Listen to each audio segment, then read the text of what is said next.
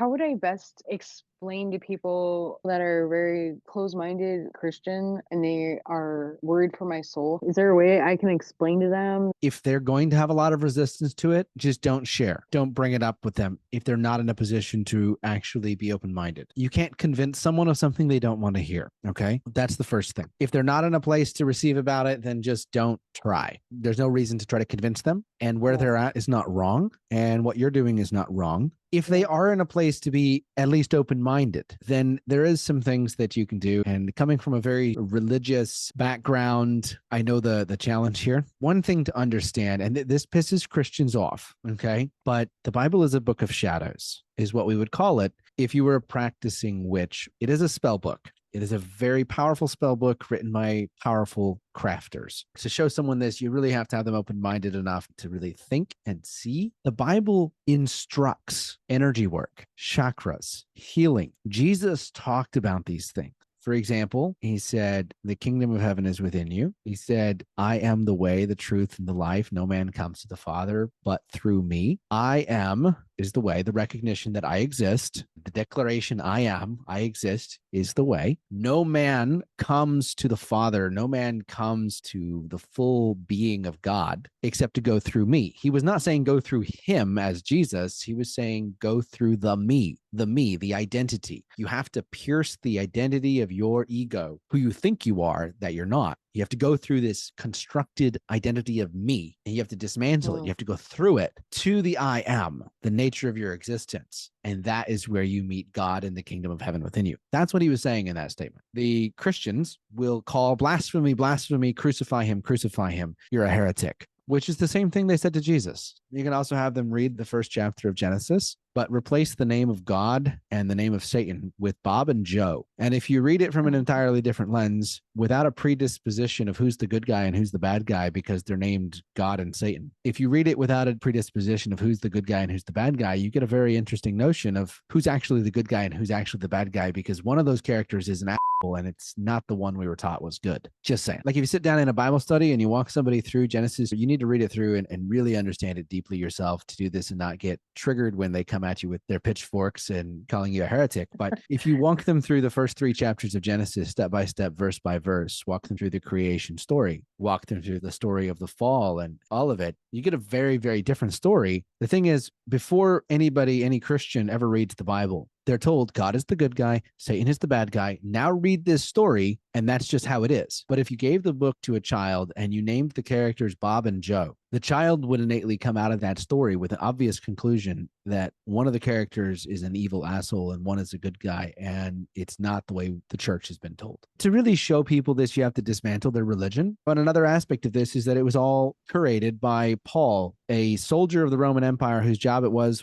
to disrupt and kill off the movement that Jesus started. And when they couldn't kill it off, he infiltrated it and took over and rewrote the story with a bunch of BS that Jesus never taught. There's a lot of things that you can point to that really show the invalidity of the way Christians approach the Bible and religion. The story of Paul infiltrating the Christian church is there, and they even say it in the Bible. Some of the early Christians in the church thought Paul was a con artist and an imposter, but he had an inside man that helped him gain authority. And they literally tell you this in the story. I remember being 5 years old and reading this in Bible study and going, wait a second, why are they trusting Paul when he was just killing everybody and now he's going to be their teacher? Like, this doesn't make sense. Why? Yeah. But you have to really study the Bible and you have to read it a lot of times. And growing up in the mindset of, people that were in the church, Bible thumping Christians. And I used to be that myself. I used to be very evangelical. I have to convert everybody. And if they're into things like I'm into now, then they're going to hell. And somebody that's in a really judgmental mindset like that, they can't see. It's important to also recognize why they're in the judgmental mindset like that. They are in that place because anything that threatens Christianity or the way that they've been taught to view it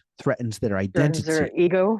Yeah. Yes, their ego identity, because their ego identity has been formed around being a Christian. More importantly than that, they all participate in what is actually a satanic ritual, by the way, the real dark blood sacrifice rituals. They all participate in that. They talk about like people that drink blood and eat are bad, right? Christians will talk about that. And yet they go to church and Yeah. they drink wine representative of the blood of Christ, and they eat bread representative of his flesh. It's a cannibalistic Satanist ritual. They light candles. It is all witchcraft. Now, witchcraft isn't necessarily bad. It can be used for positive and negative, just like any other tool. But the church practices witchcraft and doesn't let them know. The cross is the death sigil. They put it on top of a blasting rod, which is a wand. It's called a steeple, which harvests energy and blasts the frequency of the death ceremony and the ritual of cannibalism across the country every single Sunday. It's all an Wow. orchestrated satanic cannibalistic ritual. It's effed up. Taking a pristine being that is the representation of like everything that is good and perfect, and then we're going to eat it and drink its blood. That's some vampiristic fucked up shit. If you have somebody that's open-minded enough to hear you say that without losing their identity, they can have a profound shift. In those ceremonies, they've made a claim, they've taken an oath, and they've made a pledge to take Yeah. the identity of Christianity and this identity of the false Jesus that the church purports and replace themselves with it. They have them do this acceptance prayer to accept Jesus into your heart. That is an invocation. Anybody that knows anything about demon possession, real demon possession, the acceptance prayer that churches have little kids pray when they accept Jesus into their heart is not the innocent thing that it looks like it is. It is an invocation and a permission for an external entity to take over your soul and your body, to be covered in the blood of Christ. They say this shit, right? And it's all done through symbolism, but it's as good as doing it in real life. So covered in the blood of that which is innocent, take on the identity of a foreign deity that is better than me because I'm a piece of shit. Denying the fact that you're made in the image of the creator, by the way, because made in the image of the creator, which it says in the beginning of Genesis, means that you're made with all the same attributes as God, made with all the same attributes as the creator, which means you have creative power, creative choice, creative force. You are the same as the creator. You're a copy of, made with all the same attributes of, made perfect, just as the creator is perfect. You Yeah. deny that, you renounce that,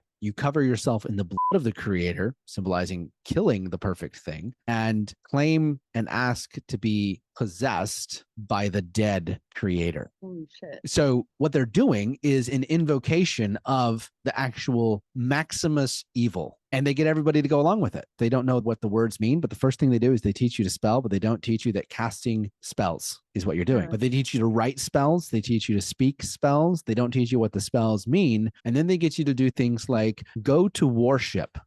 Warship. It is a war, right? Christians inherently can't see this very easily because they have an external force that controls their perception and they've attached their identity to it. Now, some people are at a place where they can begin to see the holes in this whole plot and they're going, wait a second, something's not right. Something's not adding up here. And to those select people, this is a fascinating conversation to walk them through and to unfold with them. The majority of the world is not ready to hear it, and that's okay. We love them. We understand how they got there. We understand they're brainwashed into it from birth. The whole water baptism as well, by the way, that's a witchcraft ritual. Not that it's bad, because it can actually be a very beautiful ritual, except Christians practice it as an act of submission and giving over your power to an external entity. But baptism in itself is actually to use the harmonic nature of water to create with choice and power. You might be familiar with it if you've looked up Dr. Emoto's work. Water has Yep. memory, right? So Yep. baptism is using that principle, but to infuse the water of your body with this concept that you're evil and you need to be taken over by some external power because you're not good enough. And that's denying Wow. your nature as a creator. There's some fuel for the fire if you encounter a conversation with somebody open-minded enough to have it. You can show them how the thing they're practicing is actually the thing they say they're against. Once a Christian can see that, they can't ever go to a communion service again. But most of all, love and compassion. That's what Jesus came to actually teach. And he wasn't necessarily a God figure. He was very much like Buddha and many of the other great teachers that came to teach something. And then governments decided, hey, if we can't beat this movement, let's control it. So they commissioned the Bible. I mean, the Bible was written by governments. It says Yeah. King James commissioned it on the King James Bible. Same with several of the others. And even the modern translations have been funded by modern governments, if you trace the money. Anyways.